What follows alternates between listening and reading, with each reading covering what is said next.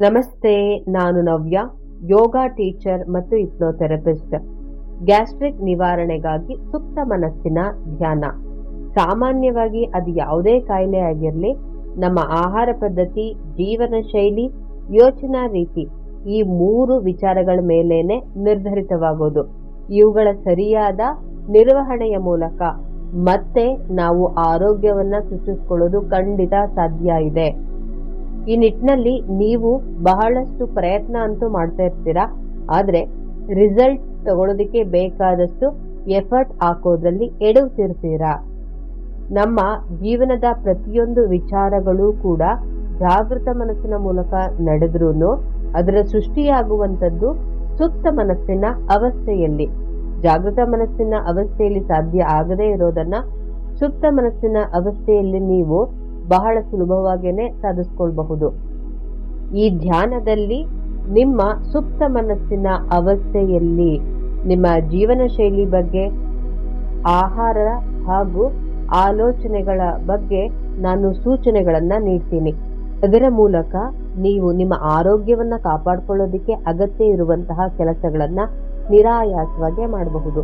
ಮತ್ತೆ ಎಷ್ಟೋ ಜನಗಳಿಗೆ ನನ್ನ ಭಾವನೆಯ ಮೂಲಕ ನನ್ನ ಆರೋಗ್ಯ ಮತ್ತೆ ಅನಾರೋಗ್ಯ ಎರಡೂ ಕೂಡ ಸೃಷ್ಟಿಯಾಗುತ್ತೆ ಅನ್ನೋದರ ಅರಿವು ಇಲ್ಲದೇನೆ ಸಾಮಾನ್ಯವಾಗಿ ಅನಾರೋಗ್ಯವನ್ನ ನೆನಪು ಮಾಡ್ಕೊಳ್ತಾ ಅದು ಉಲ್ಬಣ ಆಗತ್ತೆ, ಹೆಚ್ಚಾಗತ್ತೆ ಅನ್ನುವಂತಹ ಅರಿವಿಲ್ಲದೇನೆ ಸೃಷ್ಟಿಸ್ಕೊಳ್ತಾ ಹೋಗ್ತಾರೆ.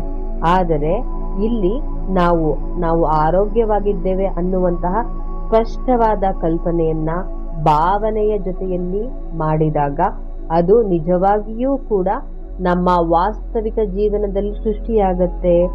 ಈ ಅದ್ಭುತವಾದ ಬೆನಿಫಿಟ್ ನಿಮಗೆ ಈ ಸುಪ್ತ ಮನಸ್ಸಿನ ಧ್ಯಾನದಿಂದ ಮಾತ್ರ ಸಿಗುತ್ತೆ. ಎಲ್ಲದಕ್ಕಿಂತ ಹೆಚ್ಚಾಗಿ ಎಷ್ಟೋ ಸಮಯ ನಮ್ಮ ಸಮಸ್ಯೆಗೆ ಡಾಕ್ಟರ್ಗಳಿಂದ ಉತ್ತರ ಸಿಕ್ಕಿರಲ್ಲ, ಯಾವುದ್ರಿಂದನೂ ಕೂಡ ನಾವು ಪರಿಹಾರವನ್ನು ಕಂಡುಕೊಳ್ಳೋದು ಸಾಧ್ಯ ಆಗಿರಲ್ಲ. ಆದರೆ ಯಾವುದೋ ಒಂದು ಸಣ್ಣ ಪರಿಹಾರ ನಮ್ಮ ಸಮಸ್ಯೆಯನ್ನ ನಿವಾರಣೆ ಮಾಡಿಬಿಡತ್ತೆ. ಅಂತಹ ಬುದ್ಧಿಶಕ್ತಿ ನಮ್ಮ ಒಳಗಡೆ ಡೆವಲಪ್ ಆಗೋದಕ್ಕೂ ಕೂಡ ಈ ಧ್ಯಾನ ನಿಮಗೆ ಖಂಡಿತ ಸಹಾಯ ಮಾಡಲಿದೆ. ಈ ಧ್ಯಾನಕ್ಕಾಗಿ ಪೂರ್ವ ಸಿದ್ಧತೆ. ನೀವು ಈ ಧ್ಯಾನವನ್ನ ನೆಲದ ಮೇಲೆ ಮಲಗಿ ಒಂದು ಚೇರನ್ನ ಗೋಡೆಗೆ ನಿಯರ್ ಇಟ್ಕೊಳ್ಳಿ. ಸೊ ಅವಾಗ ನಿಮಗೆ ಗ್ರಿಪ್ ಸಿಗುತ್ತೆ ಅಂತ ಹೇಳಿ. ನಿಮ್ಮ 2 ಕಾಲುಗಳನ್ನ ನೇರವಾಗಿ ಆ ಚೇರ್ನ ಸಪೋರ್ಟ್ ನಲ್ಲಿ ಇಟ್ಕೊಳ್ಳಿ. ಇದು ವಿಪರೀತ ಕರ್ಣಿ ಆಸನ ಇದು. ಸೊ ಈ ರೀತಿ ಪೊಸಿಷನ್ ನಿಂದಾಗಿ ನಿಮಗೆ ಒಂದು ಆಸನ ಮತ್ತೊಂದು ಧ್ಯಾನ 2 ರೀತಿಯ ಬೆನಿಫಿಟ್ ಕೂಡ ಸಿಗುತ್ತೆ. ಈ ಸಾರಿನೂ ಕೂಡ ನೀವು ಇದೇ ರೀತಿಯಾಗಿ ಅಭ್ಯಾಸ ಮಾಡಬೇಕು ಅಂತೇನಿಲ್ಲ. ನೆಲದ ಮೇಲೆ ಮ್ಯಾಟ್ ಹಾಕೊಂಡು ಸವಾಸನದಲ್ಲೂ ಅಭ್ಯಾಸ ಮಾಡಬಹುದು. 2 ಚೇರ್ ತಗೊಂಡು ಒಂದು ಚೇರನ್ನ ಗೋಡೆ ಪಕ್ಕದಲ್ಲಿಟ್ಟು ಕುಳಿತುಕೊಂಡು ಇನ್ನೊಂದು ಚೇರನ್ನ ಎದುರುಗಡೆ ಇಟ್ಟು ಕಾಲನ್ನ ಚಾಚಿ ಕೂಡ ಅಭ್ಯಾಸವನ್ನ ಮಾಡಬಹುದು. ಸೊ ಯಾವಾಗ್ಲೂ ಕೂಡ ಊಟದ 2 ಅಥವಾ 3 ಗಂಟೆಯ ಅವಧಿಯಲ್ಲೇನೆ ಅಭ್ಯಾಸ ಮಾಡಬೇಕಾಗತ್ತೆ. ಯಾವ ಸಮಯಗಳಲ್ಲಿ ನಾವು ಈ ಸುಪ್ತ ಮನಸ್ಸಿನ ಧ್ಯಾನವನ್ನ ಅಭ್ಯಾಸ ಮಾಡಬಹುದು ಅಂತ ಹೇಳಿದ್ರೆ, ಸಾಮಾನ್ಯವಾಗಿ ಡೇ ಟೈಮಲ್ಲಿ ಅಭ್ಯಾಸ ಮಾಡಿದ್ರೆ ಊಟದ ಗ್ಯಾಪ್ ಏನು ಹೇಳಿದೆ ಅದನ್ನ ನೀವು ಫಾಲೋ ಮಾಡ್ಕೊಳ್ಬೇಕು, ಉಳಿದದ್ದು ಏನೂ ಇಲ್ಲ. ರಾತ್ರಿ ಸಮಯದಲ್ಲಿ ಅಭ್ಯಾಸ ಮಾಡಬಹುದು. ನಿದ್ರೆಗೆ ಜಾರುವಂತಹ ಸಮಯದಲ್ಲಿ ನಾವು ನಿದ್ರಿಸುವಾಗ 4 ಹಂತವನ್ನ ತಲುಪ್ತೀವಿ. ಅದರಲ್ಲಿ ಸುಪ್ತ ಮನಸ್ಸಿನ ಅವಸ್ಥೆಯೂ ಕೂಡ ಒಂದು. ಬೆಳಿಗ್ಗೆ ಎದ್ದ ತಕ್ಷಣ ಮೊದಲಿಗೆ ಈ ಧ್ಯಾನವನ್ನ ಮಾಡಿ ನಂತರ ನೀವು ನಿಮ್ಮ ದಿನನಿತ್ಯದ ಕಾರ್ಯಗಳನ್ನ ಕೈಗೊಳ್ಳೋದು ಬಹಳ ಉತ್ತಮ. ಅದರ ಮೂಲಕ ನೀವು ಇಡೀ ದಿನವನ್ನ ವ್ಯವಸ್ಥಿತವಾಗಿ ನಿರ್ವಹಿಸೋದಕ್ಕೆ ಇದು ಸಹಾಯ ಮಾಡುತ್ತೆ. ಬಹಳ ಮುಖ್ಯವಾಗಿ ಯೋಗದ ಪ್ರಕಾರ ಬೆಳಿಗ್ಗೆ 3 ರಿಂದ 5 ಗಂಟೆ. ಸೊ ಈ ಸಮಯದಲ್ಲಿ ಯಾವಾಗಲಾದರೂ ಕೂಡ ನೀವು ಈ ಅಭ್ಯಾಸವನ್ನ ಮಾಡೋದ್ರಿಂದಾಗಿ ನಿಮ್ಮ ಶರೀರ ಮತ್ತೆ ಮನಸ್ಸು ಸಂಪೂರ್ಣವಾಗಿ ಈ ಅಭ್ಯಾಸಕ್ಕೆ ಸಪೋರ್ಟ್ ಮಾಡುತ್ತೆ. ಅದರಿಂದಾಗಿ ನಿಮಗೆ ರಿಸಲ್ಟ್ ಕೂಡ ಬಹಳ ಬೇಗ ಬರುತ್ತೆ. ಧ್ಯಾನದಲ್ಲಿ ಕಲ್ಪನೆಯ ಸಮಯದಲ್ಲಿ ನೀವು ಸಂಪೂರ್ಣವಾಗಿ ಇನ್ವಾಲ್ವ್ ಆಗಬೇಕು. ಕಲ್ಪನೆಗೆ ಶಕ್ತಿ ಇರಲ್ಲ, ಆದರೆ ಸಂಪೂರ್ಣವಾಗಿ ನೀವು ಇನ್ವಾಲ್ವ್ ಆದಾಗ ಭಾವನೆಗಳ ಮೂಲಕ ಶಕ್ತಿ ಎರಿದು ಅದು ನಿಜವಾದ ಜೀವನದಲ್ಲಿ ಸೃಷ್ಟಿಯಾಗುತ್ತೆ. ಕಲ್ಪನೆ ಸ್ಪಷ್ಟವಾಗಿರಬೇಕು ಹಾಗೂ ಸಂಪೂರ್ಣವಾಗಿ ಇನ್ವಾಲ್ವ್ ಆಗಬೇಕು. ಇದು ಸುಪ್ತ ಮನಸ್ಸಿನ ಧ್ಯಾನದ ಸೀಕ್ರೆಟ್. ನೀವು ಇದನ್ನ ಸರಿಯಾದ ರೀತಿಯಲ್ಲಿ ಅಭ್ಯಾಸ ಮಾಡಬೇಕು. ಮತ್ತೆ ಇಲ್ಲಿ ನೀವು ನೇರವಾಗಿ ಕುಳಿತು ಧ್ಯಾನವನ್ನ ಅಭ್ಯಾಸ ಮಾಡ್ತಾ ಇಲ್ಲ. ಆದರೆ ಧ್ಯಾನ ಅಂತ ಹೇಳಿದ್ರೆ ಅದು ಮನಸ್ಸಿನ ಅಭ್ಯಾಸ. ಸಂಪೂರ್ಣವಾಗಿ ನಿಮ್ಮ ಗಮನ ಅಭ್ಯಾಸದ ಮೇಲೆ ಕೇಂದ್ರೀಕೃತವಾಗಿರಬೇಕು. ನೀವು ಎಷ್ಟು ಗಮನವಿಟ್ಟು ಅಭ್ಯಾಸ ಮಾಡ್ತೀರೋ ನಿಮಗೆ ಇದರಿಂದ ಸಿಗುವಂತಹ ರಿಸಲ್ಟ್ ಕೂಡ ಅಷ್ಟೇ ಪ್ರಮಾಣದ್ದಾಗಿರುತ್ತೆ. ಅದರಿಂದಾಗಿ ಸಂಪೂರ್ಣ ಗಮನವನ್ನ ಅಭ್ಯಾಸದ ಮೇಲೆ ಕೇಂದ್ರೀಕರಿಸಿ. ಈಗ ಆರಾಮದಾಯಕ ಸ್ಥಿತಿಯನ್ನ ತೆಗೆದುಕೊಂಡ ನಂತರ ಕಣ್ಣುಗಳನ್ನ ಮುಚ್ಚಿ ಗಮನವನ್ನ ಉಸಿರಾಟದ ಕಡೆ ತನ್ನಿ. ದೀರ್ಘವಾಗಿ ಶ್ವಾಸವನ್ನ ತೆಗೆದುಕೊಳ್ಳಿ. ಸಂಪೂರ್ಣವಾಗಿ ಶ್ವಾಸವನ್ನ ಹೊರಹಾಕಿ. ಮತ್ತೆರಡು ಸುತ್ತು ಅಭ್ಯಾಸವನ್ನ ಮುಂದುವರಿಸೋಣ. ದೀರ್ಘವಾಗಿ ಶ್ವಾಸವನ್ನ ತೆಗೆದುಕೊಳ್ಳಿ. ಸಂಪೂರ್ಣವಾಗಿ ಶ್ವಾಸವನ್ನ ಹೊರಹಾಕಿ. ದೀರ್ಘವಾಗಿ ಶ್ವಾಸವನ್ನ ತೆಗೆದುಕೊಳ್ಳಿ. ಸಂಪೂರ್ಣವಾಗಿ ಶ್ವಾಸವನ್ನ ಹೊರಹಾಕಿ. ಈಗ ಗಮನವನ್ನ ನಾನು ಹೇಳುವಂತಹ ಶರೀರದ ಅಂಗಾಂಗಗಳ ಕಡೆ ತನ್ನಿ. ಇದು ಮನಸ್ಸಿನ ಅಭ್ಯಾಸವಾಗಿರೋದ್ರಿಂದಾಗಿ ಶರೀರವನ್ನ ಅಲುಗಾಡಿಸುವ ಅಗತ್ಯವಿಲ್ಲ. ಗಮನ ಎಡಗಾಲಿನ ಹೆಬ್ಬೆರಳ ಮೇಲೆ ಬರಲಿ. ಗಮನಿಸಿ. ಹಾಗೆ ನಿಮ್ಮ ಗಮನವನ್ನ ಎರಡನೆಯ ಬೆರಳಿನ ಮೇಲೆ ತೆಗೆದುಕೊಳ್ಳಿ. 3, 4, 5 ಪಾದ, ಹಿಮ್ಮಡಿ, ಮೊಣಕಾಲು, ಕಾಲಿನ ಕಂಬ ಹಾಗೂ ಮೀನಿನ ಕಂಡ, ಮಂಡಿಯ ಭಾಗ, ತೊಡೆ, ಕುಷ್ಠದ ಭಾಗ ಹಾಗೂ ಸೊಂಟ, ಎಡಭಾಗದ ಹೊಟ್ಟೆ, ಎದೆಯ ಎಡಭಾಗ, ಬೆನ್ನಿನ ಮೇಲೆ ಗಮನವನ್ನ ತೆಗೆದುಕೊಳ್ಳಿ.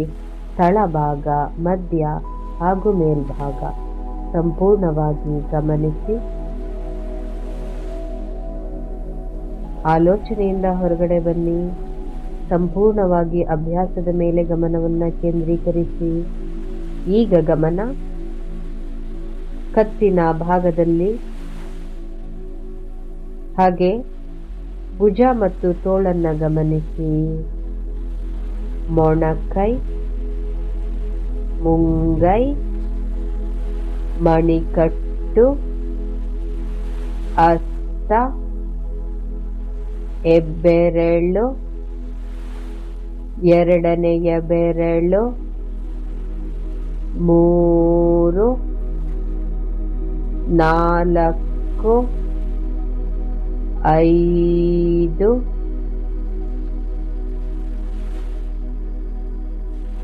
ಎಡಗಲ್ಲದ ಮೇಲೆ ನಿಮ್ಮ ಗಮನವನ್ನ ತೆಗೆದುಕೊಳ್ಳಿ. ಬಾಯಿಯ ಭಾಗ, ಎಡ ಮೂಗಿನ ಹೊಳ್ಳೆ, ಕೆನ್ನೆ ಹಾಗೂ ಕಿವಿ, ಕಣ್ಣಿನ ಭಾಗ, ಕಣ್ಣಿನ ಹುಬ್ಬು, ಹಣೆ, ತಲೆಯ ಮೇಲ್ಭಾಗ ಹಾಗೂ ತಲೆಯ ಹಿಂಭಾಗ. ಈಗ ನಿಮ್ಮ ಗಮನ ಶರೀರದ ಬಲಭಾಗದಲ್ಲಿ ಬರಲಿ. ಬಲಗಾಲಿನ ಹೆಬ್ಬೆರಳ ಮೇಲೆ ಗಮನವನ್ನ ತೆಗೆದುಕೊಳ್ಳಿ. ಎರಡನೆಯ ಬೆರಳನ್ನ ಈಗ ಗಮನಿಸಿ. ಹಾಗೆ ನಿಮ್ಮ ಗಮನವನ್ನ ಮುಂದುವರಿಸಿ. ಮೂರನೆಯ ಬೆರಳು, 4, 5 ಪಾದ, ಹಿಮ್ಮಡಿ, ಮೊಣಕಾಲು, ಕಾಲಿನ ಕಂಬ ಹಾಗೂ ಮೀನಿನ ಕಂಡ, ಮಂಡಿಯ ಭಾಗ, ಬಲಭಾಗದ ತೊಡೆ, ಸೊಂಟ ಹಾಗೂ ಕುಷ್ಠದ ಭಾಗ, ಹೊಟ್ಟೆಯ ಬಲಭಾಗ,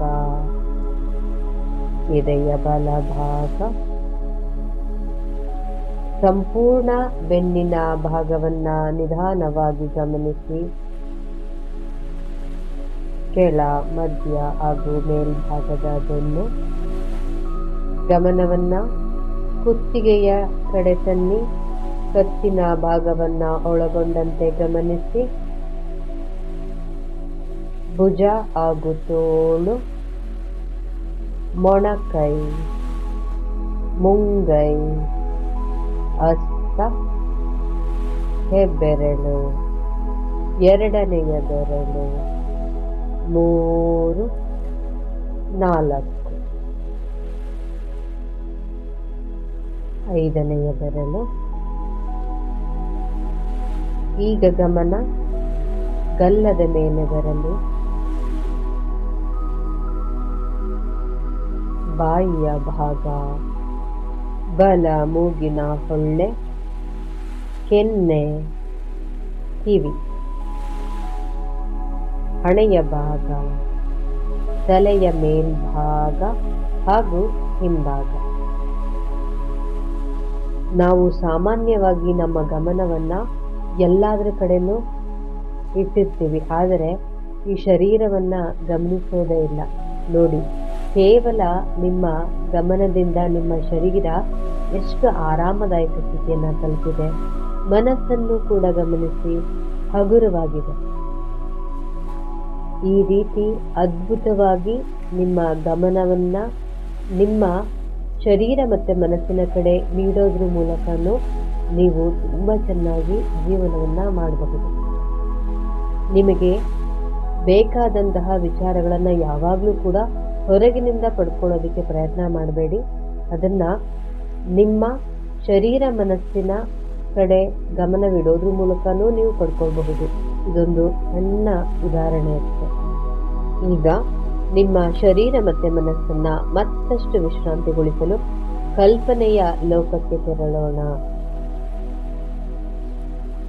1, 2, 3. ಈಗ ನೀವು ಹುಲ್ಲು ಹಾಸಿನ ಮೇಲೆ ಬರಿಗಾಲಿನಲ್ಲಿ ನಡೀತಾ ಇದ್ದೀರಾ. ನವಿರಾದ ಹುಲ್ಲು ನಿಮ್ಮ ಪಾದವನ್ನ ಸ್ಪರ್ಶಿಸಿದ ಹಾಗೆ ಶರೀರವೆಲ್ಲ ಹಗುರವಾಗ್ತಾ ಇದೆ. ಶರೀರ ಮಾತ್ರವಲ್ಲ, ಮನಸ್ಸು ಕೂಡ ಹಗುರತೆಯ ಭಾವವನ್ನ ಹೊಂದುತ್ತಾ ಇದೆ. ಈಗ ನೀವಿರುವುದು ಪ್ರಕೃತಿಯ ಮಡಿಲಲ್ಲಿ. ಸುತ್ತಲೂ ಕೂಡ ಹಸಿರಿನ ಸೊಬಗಿದೆ.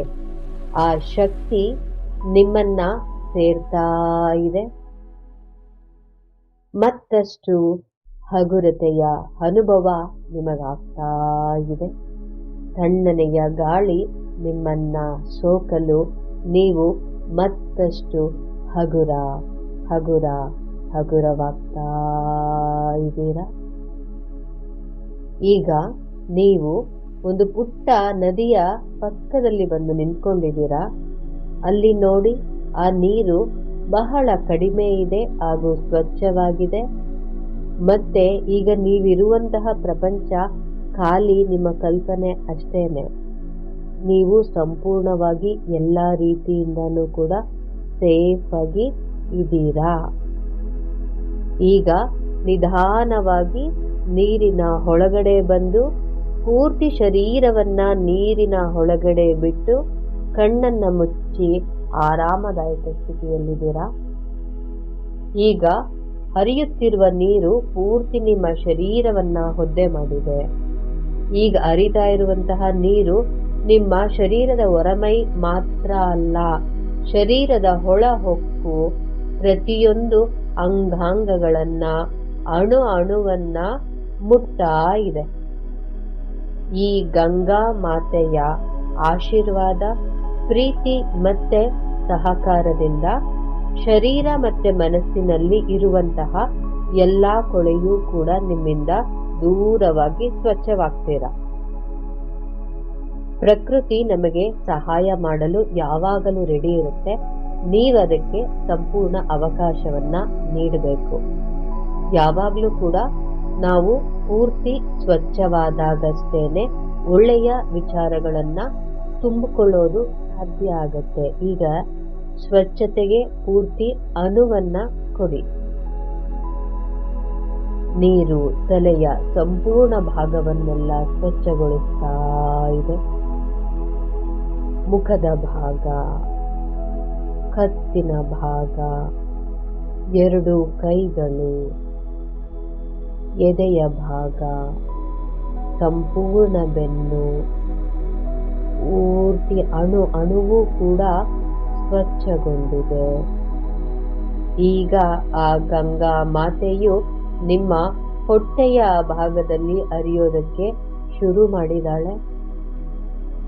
ಹೊಟ್ಟೆಯನ್ನ ಒಳಗೊಂಡಂತೆ ಪೂರ್ತಿ ಜೀರ್ಣಾಂಗ ವ್ಯವಸ್ಥೆಯನ್ನೆಲ್ಲ ಆಕೆ ಸ್ವಚ್ಛಗೊಳಿಸ್ತಾ ಇದ್ದಾಳೆ. ಗಮನ ಹೊಟ್ಟೆಯ ಮೇಲೆ ಇರಲಿ. ಸ್ವಚ್ಛಗೊಂಡಂತಹ ಭಾಗಗಳು ಹೊಳಿತಾ ಇರೋದನ್ನ ನೀವು ಗಮನಿಸಿ.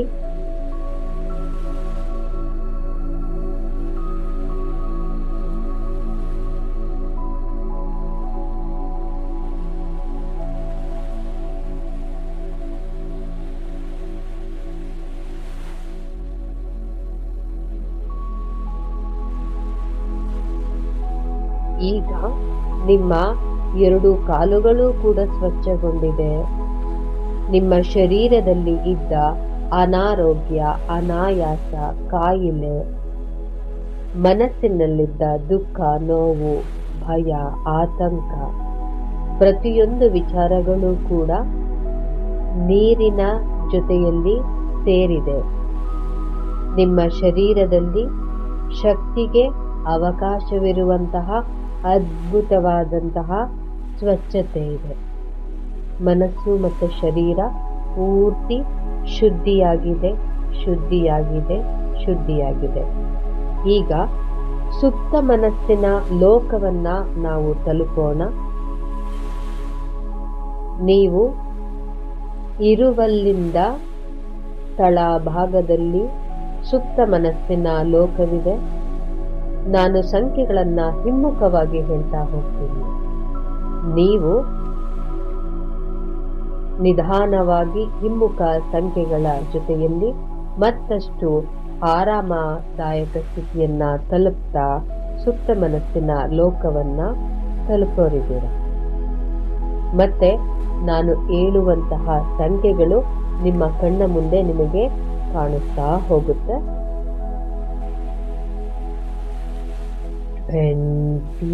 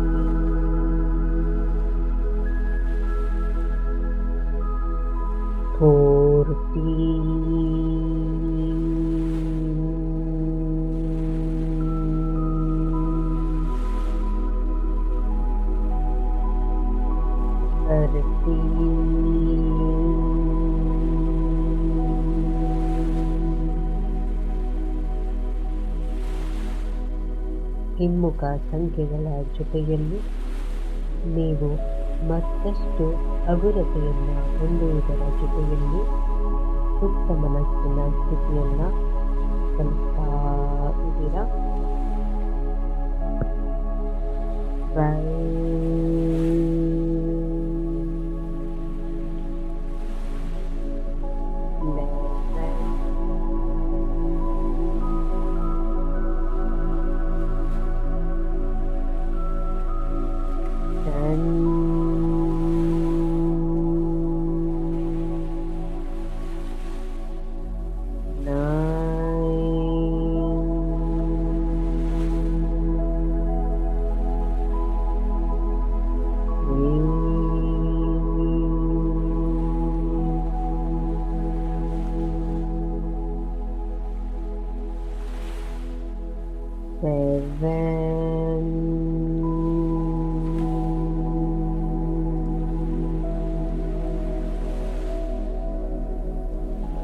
ಮನಸ್ಸಿನ ಆಲೋಚನೆಗಳು, ಹೊರಗಿನ ಶಬ್ದಗಳೂ ಕೂಡ ನೀವು ಸುಪ್ತ ಮನಸ್ಸಿನ ತಲುಪಲು ಸಹಾಯ ಮಾಡ್ತಾ ಇದೆ.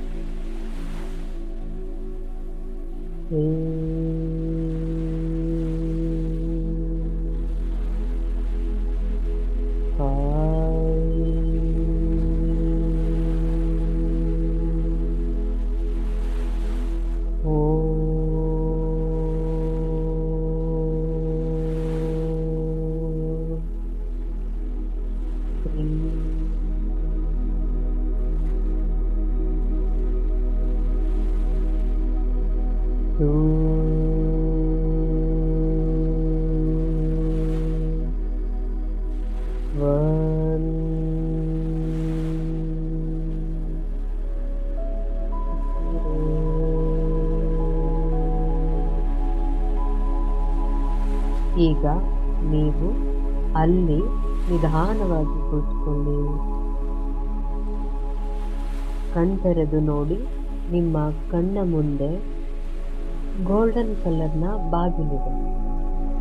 ಈಗ ಎದ್ದು ಆ ಬಾಗಿಲನ್ನು ಮುಟ್ಟಲು ನೀವು ಪ್ರಯತ್ನ ಮಾಡ್ತಿದ್ದೀರಾ. ಈಗ ಆ ಬಾಗಿಲು ತೆರೆದುಕೊಳ್ಳುತ್ತೆ. ನಿಧಾನವಾಗಿ ಒಳಗಡೆ ಬನ್ನಿ. ಅಲ್ಲಿ ನಿಮ್ಮ ಇಷ್ಟಾರ್ಥ ದೇವರ ವಿಗ್ರಹ ಇದೆ. ಆ ಭಗವಂತನನ್ನ ಕಂಡೊಡನೆ ನಿಮಗೆ ಆನಂದವಾಗ್ತಾ ಇದೆ. ನೆಮ್ಮದಿ ಅನ್ನೋದು ತನಗೆ ತಾನೇ ಸೃಷ್ಟಿಯಾಗ್ತಾ ಇದೆ. ಅಲ್ಲೇ ಬಟ್ಟಲಿನಲ್ಲಿ ಇರುವಂತಹ ಹೂಗಳನ್ನು ತೆಗೆದುಕೊಂಡು ನಿಮ್ಮ ಭಗವಂತನ ಪಾದಕ್ಕೆ ಅರ್ಪಿಸಿ ನಿಮ್ಮ ಹಣೆಯನ್ನ ಆ ಸ್ವಾಮಿಯ ಪಾದದಲ್ಲಿ ಇಟ್ಟು,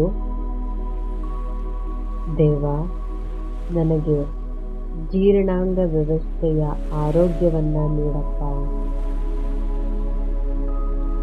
ಅದನ್ನ ಸುಧಾರಿಸ್ಕೊಳ್ಳೋದಕ್ಕೆ ಬೇಕಾಗಿರುವಂತಹ ಶಕ್ತಿ, ಅವಕಾಶ, ಸಂದರ್ಭಗಳನ್ನ ಒದಗಿಸ್ಕೊಡಪ್ಪ ತಂದೆ.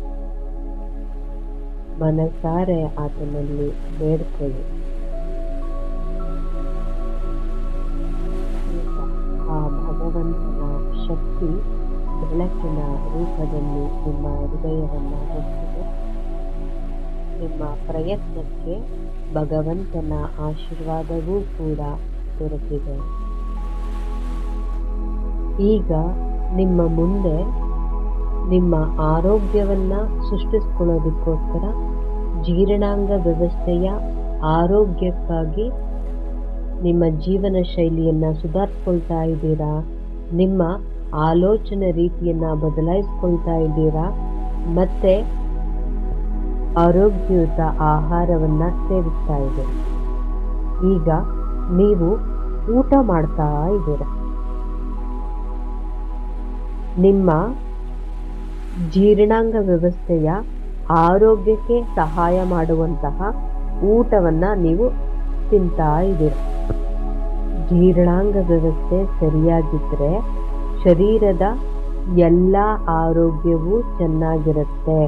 ಅದರಿಂದಾಗಿ ನಾವು ಜೀರ್ಣಕ್ರಿಯೆಯನ್ನ ಉತ್ತಮವಾಗಿ ಇಟ್ಕೊಳ್ಬೇಕು. ಮತ್ತೆ ನಮ್ಮ ಜೀರ್ಣಶಕ್ತಿ ಅನ್ನೋದು ನಮ್ಮ ಬುದ್ಧಿಮಟ್ಟವನ್ನು ಕೂಡ ನಿರ್ಧಾರ ಮಾಡುತ್ತೆ. ಪ್ರತಿಯೊಂದು ವಿಚಾರಗಳು ಕೂಡ ನಮ್ಮ ಜೀವನದಲ್ಲಿ ನಮ್ಮ ಜೀರ್ಣಕ್ರಿಯೆ ಮೇಲೆ ಬಹಳ ಅವಲಂಬಿತವಾಗಿದೆ. ಇದನ್ನ ಅರ್ಥ ಮಾಡಿಕೊಂಡಿರುವಂತಹ ನೀವು ಆರೋಗ್ಯಯುತ ಆಹಾರವನ್ನ ಸೇವನೆ ಮಾಡ್ತಾ ಇದ್ದೀರಾ. ಜೊತೆಯಲ್ಲಿ ಜೀರ್ಣಕ್ಕೆ ಸಹಾಯ ಆಗುವಂತಹ ಎದ್ದ ತಕ್ಷಣ ನೀರಿನಲ್ಲಿ ನೆನೆಸಿಟ್ಟಂತಹ ಒಣ ದ್ರಾಕ್ಷಿಯನ್ನ ನೀರಿನ ಸಮೇತ ಖಾಲಿ ಹೊಟ್ಟೆಯಲ್ಲಿ ಕುಡಿತಾ ಇದ್ದೀರಾ. ಕಾಫಿ ಅಭ್ಯಾಸ ಇದ್ರೆ ತಿಂಡಿಯ ನಂತರ ಅಷ್ಟೇ ಸೇವಿಸ್ತಾ ಇದ್ದೀರಾ.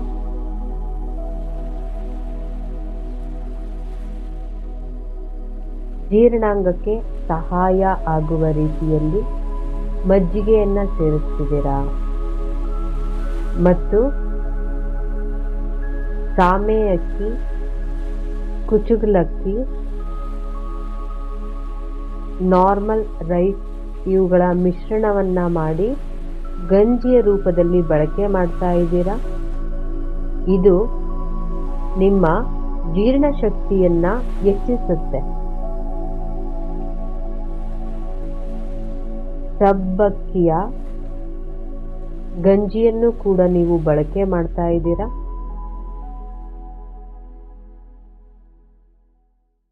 ಈ ರೀತಿಯಾದಂತಹ ಆಹಾರದ ಸೇವನೆಯು ಜೀರ್ಣಾಂಗ ವ್ಯವಸ್ಥೆಯ ಆರೋಗ್ಯವನ್ನು ವೃದ್ಧಿಸುತ್ತೆ ಮತ್ತೆ ನೀವು ಆರೋಗ್ಯಯುತ ಆಹಾರವನ್ನು ಸೇವನೆ ಮಾಡ್ತಾ ಇದ್ದೀರಾ. ಹಣ್ಣುಗಳನ್ನು ಸೇವಿಸ್ತಿದ್ದೀರಾ. ಹೆಚ್ಚು ತರಕಾರಿ ಸೊಪ್ಪನ್ನು ಬಳಕೆ ಮಾಡ್ತಾ ಇದ್ದೀರಾ. ಮನೆಯ ಊಟಕ್ಕೆ ಪ್ರಾಧಾನ್ಯತೆಯನ್ನು ನೀಡ್ತಾ ಇದ್ದೀರಾ. ಸ್ಪಷ್ಟವಾಗಿ ನೀವು ಆರೋಗ್ಯಯುತ ಆಹಾರವನ್ನು ಸೇವಿಸ್ತಾ ಇರುವಂತಹ ಕಲ್ಪನೆಯನ್ನು ಕೆಲವು ಕ್ಷಣ ಮುಂದುವರಿಸಿ.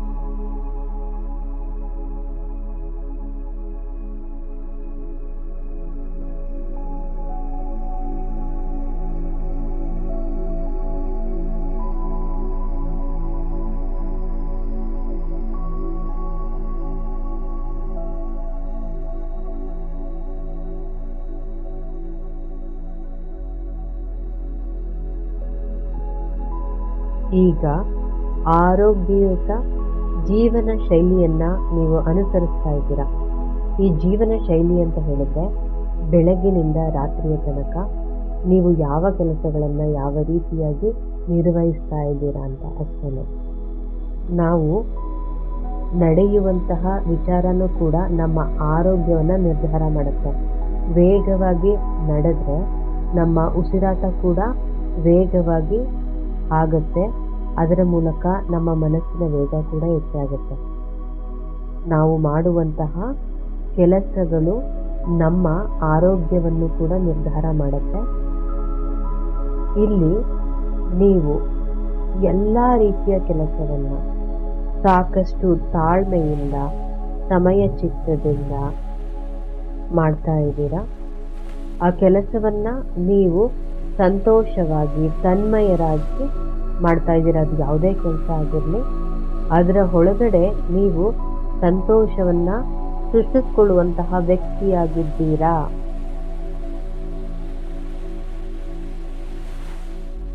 ಆಲೋಚನೆಗಳನ್ನು ಮಾಡ್ತಾ ನೀವು ಕೆಲಸವನ್ನು ಮಾಡಬಹುದು. ಎಷ್ಟೋ ಸಮಯ ಆಲೋಚನೆಯ ಬದಲಿಗೆ ಇಂಪಾದಂತಹ ಸಂಗೀತ ಕೇಳ್ತಾನೋ ಆ ಕೆಲಸ ಮಾಡಬಹುದು. ಈ ರೀತಿಯಾದ ಅದ್ಭುತ ಬದಲಾವಣೆಯನ್ನ ಮಾಡ್ಕೊಳ್ತಾ ಇದ್ದೀರಾ. ಜೀವನ ನಿರ್ವಹಣೆಯ ಜೊತೆಯಲ್ಲಿ ನಮ್ಮ ಆರೋಗ್ಯ ಕಾಪಾಡ್ಕೊಳ್ಬೇಕು ಅಂತ ಹೇಳಿದ್ರೆ ಅಗತ್ಯ ಇರುವಂತಹ ವ್ಯಾಯಾಮ ಅಥವಾ ಯೋಗದ ಅಭ್ಯಾಸವಂತೂ ಮಾಡಲೇಬೇಕು. ಸುಮ್ಮನೆ ಕುಳಿತು ಆರೋಗ್ಯನ ಪಡ್ಕೊಳ್ತೀವಿ ಅಂತ ಹೇಳಿದ್ರೆ ಅದಕ್ಕೆ ಕನಸಾಗುತ್ತೆ ಅಷ್ಟೇ. ನಮ್ಮ ಶರೀರದಲ್ಲಿ ನಾವು ಎಷ್ಟು ಬೆವರಿಳಿಸ್ತೀವೋ ಅಷ್ಟು ಆರೋಗ್ಯವನ್ನು ಪಡ್ಕೊಳ್ತೀವಿ. ಶರೀರ ಚಲನೆಯಲ್ಲಿದ್ದರೆ ನಾವು ಯಾವತ್ತಿಗೂ ಆರೋಗ್ಯವಾಗೇ ಇರ್ತೀವಿ. ಈ ವಿಚಾರಗಳನ್ನು ಸರಿಯಾದ ರೀತಿಯಲ್ಲಿ ಕಲ್ಪಿಸಿಕೊಳ್ಳಿ.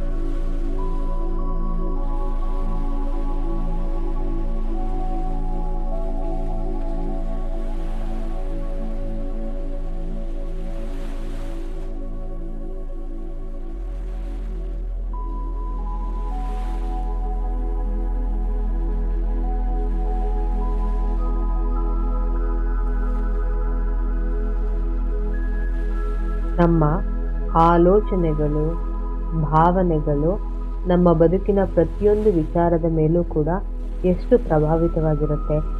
ಬೇಕಾಬಿಟ್ಟಿ ಆಲೋಚನೆ ಮಾಡಿದ್ರೆ ನಮ್ಮ ಜೀವನ ಮೂರಾ ಬಟ್ಟೆ ಆಗ್ಬಿಡುತ್ತೆ. ಯೋಗದಲ್ಲಿ ಕುಂಡಲಿನಿಯ ಪ್ರಕಾರ ನಮ್ಮ ಮಣಿಪುರ ಚಕ್ರವು ಜೀರ್ಣಾಂಗ ವ್ಯವಸ್ಥೆಯನ್ನ ಶರೀರದ ಭಾಗದಲ್ಲಿ ನಿರ್ವಹಣೆ ಮಾಡುತ್ತೆ. ಮನಸ್ಸಿನ ವಿಚಾರಗಳು ಶರೀರದ ಮೇಲೆ ಎಫೆಕ್ಟ್ ಮಾಡುತ್ತೆ. ನಮ್ಮ ಕೋಪ ಜೀರ್ಣಾಂಗ ವ್ಯವಸ್ಥೆಯನ್ನ ಹಾಳು ಮಾಡುತ್ತೆ.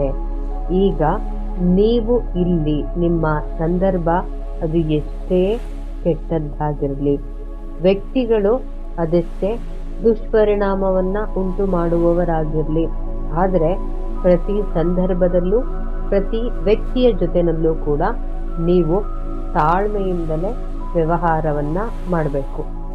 ಹೊರಗಿನ ಸಂದರ್ಭ ಬದಲಾಗ್ಲಿ, ವ್ಯಕ್ತಿ ಬದಲಾಗ್ಲಿ, ಅದ್ರ ಮೂಲಕ ನಾನು ಚೆನ್ನಾಗಿರ್ತೀನಿ ಅಂತ ಹೇಳಿದ್ರೆ ಅದು ಕನಸಿನ ಮಾತಾಗ್ಬಿಡತ್ತೆ. ಜೊತೆನಲ್ಲಿ ನನ್ನ ಬದುಕಲ್ಲಿ ಯಾರೂ ಇಲ್ಲ, ನನ್ನ ಜೀವನದಲ್ಲಿ ಒಳ್ಳೆ ನಡೀತಾ ಇಲ್ಲ ಅಂತ ಹೇಳಿದ್ರೆ ನಿಮ್ಮ ಸುಪ್ತ ಮನಸ್ಸಿನ ಸಹಾಯ ತಗೊಳ್ರಿ. ಚೆನ್ನಾಗಿ ಬದುಕುವಂತಹ ಗುಣಗಳನ್ನ ನೀವು ನಿಮ್ಮ ಒಳಗಡೆನೆ ಸೃಷ್ಟಿ ಮಾಡ್ಕೊಳ್ಳಿ.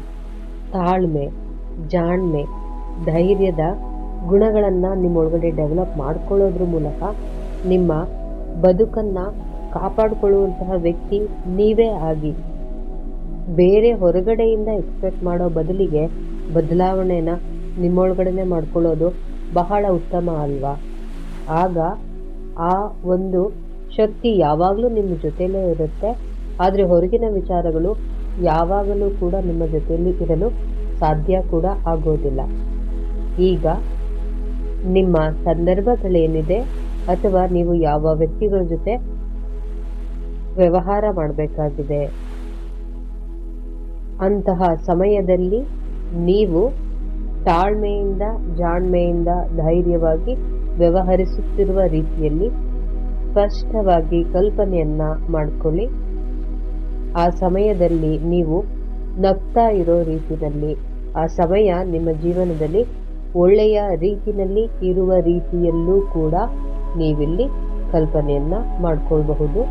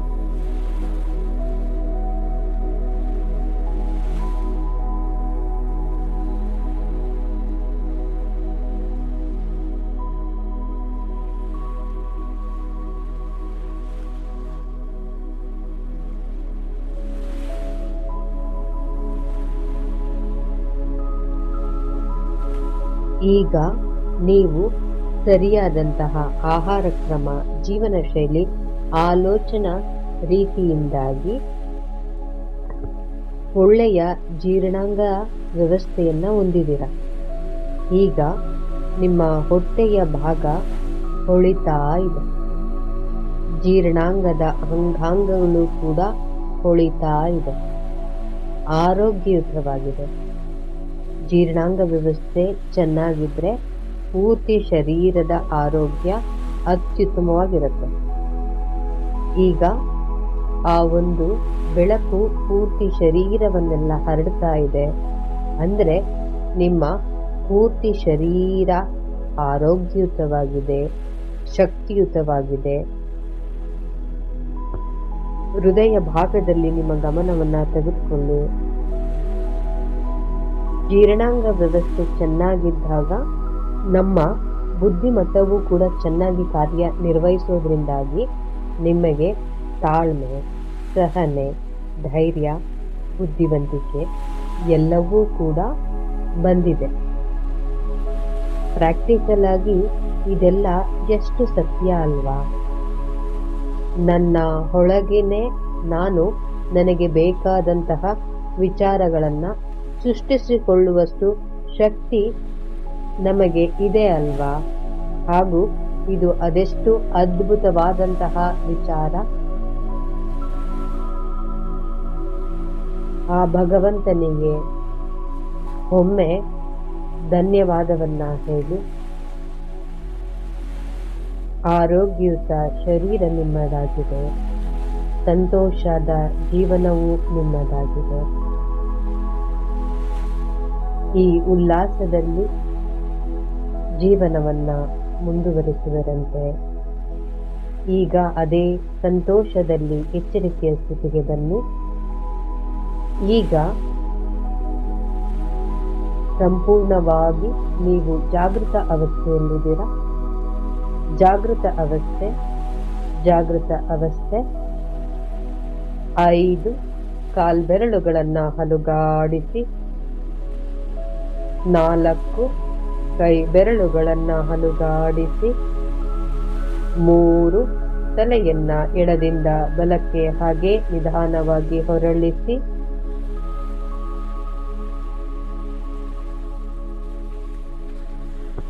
2 ಈಗ ನಿಧಾನವಾಗಿ ಕುಳಿತುಕೊಳ್ಳಿ. 1 ಬಿಸಿಯಾಗುವ ರೀತಿಯಲ್ಲಿ ನಿಮ್ಮ 2 ಕೈಗಳನ್ನ ಆ ಶಾಖವನ್ನ ಕಣ್ಣುಗಳಿಗೆ ನಿಮ್ಮ ಮುಖದ ಭಾಗಕ್ಕೆ ನೀಡಿ.